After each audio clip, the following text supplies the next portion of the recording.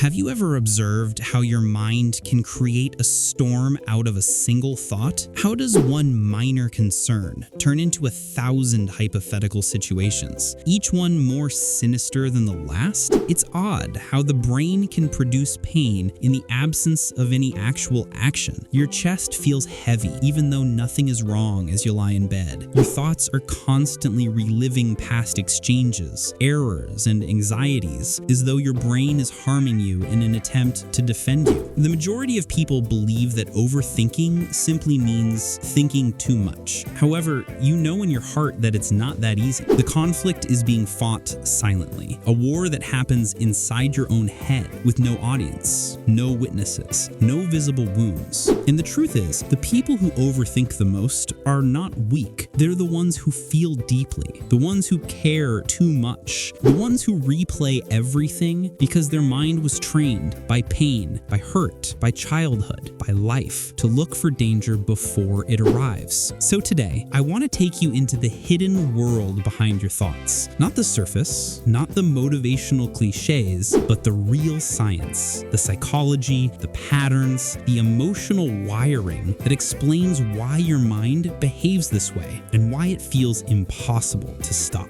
Because it's not random to overthink. It's not a defect. Your brain has long since learned this survival tactic, and something amazing begins to happen once you comprehend the science behind it and see the machinery inside your head. The chaos begins to make sense. The fears start to lose their power, and for the first time in years, your mind feels like a place you can trust again. So take a deep breath, slow down. This is your moment to finally understand the storm inside you and learn how to walk through it with clarity, strength, and peace. Number 1, the real reason your mind doesn't stop. Overthinking doesn't begin in the moment you feel overwhelmed. It begins long before that, in the small, quiet moments of your life that you didn't realize were shaping you. Maybe it started when you grew up around unpredictable people, where one wrong word changed the entire atmosphere of the room. Maybe you learned to scan faces, tones, and energies just to feel safe. Or maybe you were taught that mistakes are dangerous, that failure means shame, that being yourself comes with consequences. Your brain remembers these things, even when you think you've moved on. That's how the overthinking loop is born. Your mind becomes a scanner, constantly searching for threats, not because you're dramatic, but because your past conditioned your nervous system to be alert. Psychologists call this hypervigilance, a state where the brain is always preparing for danger, even when none is present. So you begin replaying conversations. You analyze your tone. You question whether someone is upset with you. You imagine the worst case scenario, not because you want it, but because your brain thinks preparing for it will protect you. But here's the paradox. The mind that overthinks is trying to keep you safe, yet it's the very thing making you feel unsafe inside. This is why overthinking feels exhausting. It's the brain stuck between fear and logic, between survival and peace. You're not broken. You're not weak. You're someone who learned to survive by thinking ahead, preparing, analyzing, and anticipating. And your brain simply never learned how to turn the alarm off. But you can teach it. You can retrain it. And this is where the transformation begins. Number 2, the psychology behind the storm. If you could look inside the brain of an overthinker, a fascinating system designed for survival would be visible. At the heart of this process is the amygdala, the brain's emotional alarm system. Its simple task is to identify danger and notify you before something negative occurs. However, when fear, uncertainty, or unresolved trauma shape your early life, the amygdala becomes extremely sensitive, like a smoke detector that goes off even when there isn't a fire. Next is your prefrontal cortex, which is in charge of reasoning and logic. In order to make sense of the chaos, this section attempts to calm the amygdala. But when emotions run high, the amygdala wins every time. That's when the cycle begins. A small thought turns into a threat. A simple question turns into self-doubt. A minor silence becomes rejection in your mind. This is what psychologists call catastrophizing, the brain's habit of jumping to the worst possible scenario. Then comes the dopamine trap, a loop where your brain constantly seeks reassurance to feel safe. So you think, rethink, reanalyze, hoping the perfect answer will finally appear. failure, and it never does. That's why overthinking feels endless. Not because you want to think so much, but because your brain keeps waiting for a feeling of safety that never comes. But here's the truth the world never told you. Overthinking is not a thinking problem. It's a safety problem. Your brain is not looking for answers, it's looking for peace. And once you learn how to give it that peace, the storm begins to soften. 3. How overthinking silently destroys your peace. Overthinking doesn't destroy your life in one big moment. It destroys you quietly, slowly, piece by piece. It shows up in your decisions or your inability to make them. You hesitate, you doubt yourself. You replay every option until you convince yourself you'll choose wrong no matter what you do.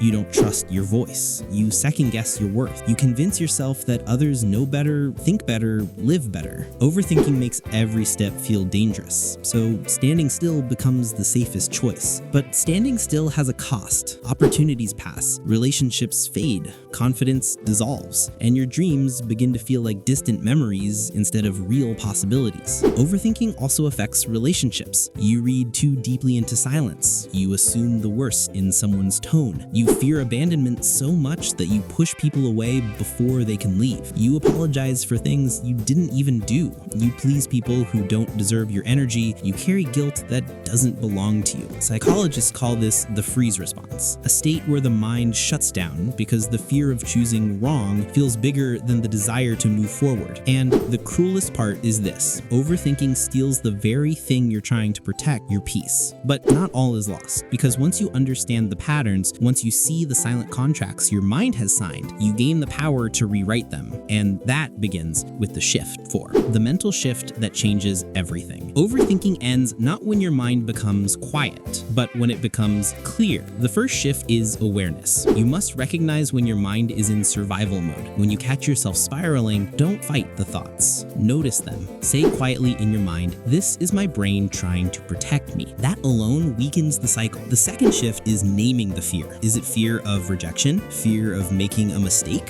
Fear of being misunderstood? Fear of losing something? Most overthinking is fear wearing the mask of logic. The third shift is interrupting the loop. Psychologists call this a pattern break. Stand up, move your body, change your environment. A physical interruption can reset a mental spiral. The fourth shift is choosing action over rumination. Overthinking grows in silence and stillness. The moment you take even a small step, sending the message, making the call, deciding the plan, the spiral begins to lose its power. The fifth shift is accepting uncertainty. No one in the world makes perfect decisions. No one predicts the future. No one can control every outcome. Peace is not in control. Peace is in trust. Trust in your ability to handle whatever comes. Trust that mistakes are part of growth. Trust that your worth is not determined by one wrong choice. Overthinking is not defeated by thinking more. It is defeated by thinking consciously. This is where your awakening begins. 5. The awakening. Healing the overthinking mind. Healing starts with compassion, not discipline. Treat your mind the way you'd treat a scared child, gently, patiently, lovingly. The first tool is mindfulness, not the cliche version, the real one. The awareness that thoughts are not commands. Thoughts are just electrical signals passing through the brain. You don't have to obey them, you just observe them. The second tool is emotional regulation. When your mind spirals, your body follows. Your heart races, your muscles tighten, your breathing becomes shallow. Slow your breath, your mind will follow.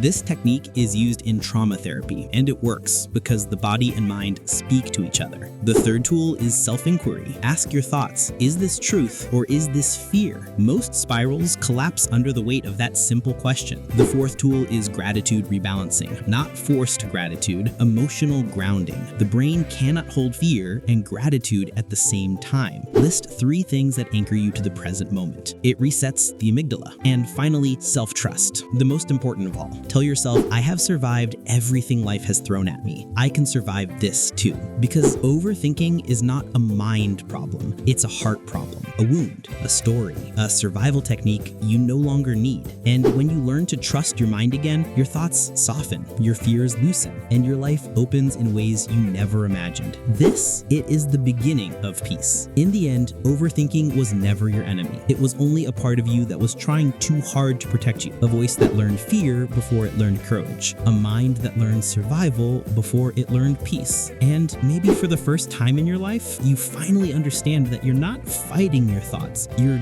guiding them, because the mind is like a river. When you push against it, it becomes wild, but when you learn to flow with it, it becomes calm, it becomes clear, it becomes yours again. So breathe, slow, deep, present. You are not behind in life. You are not broken. You are not late. You are exactly where your growth needs you to be. And whatever happened to you, whatever memories still echo inside you, whatever regrets still knock on the doors of your heart, they are not chains. They are chapters, and you are allowed to close them. Tonight, when the world sleeps and your thoughts try to pull you back into the darkness, remember this: you have already survived every one of your worst days, and that means you can survive your mind too. So step forward gently, not with force, but with awareness, not with pressure, but with presence, not with fear, but with compassion. Your mind has been loud for too long. Now it's time for your peace to speak. This is your moment, your turning point, your quiet revolution. And if you ever forget this truth, come back to these words. Come back to yourself, because healing was never a destination. It was always the way home.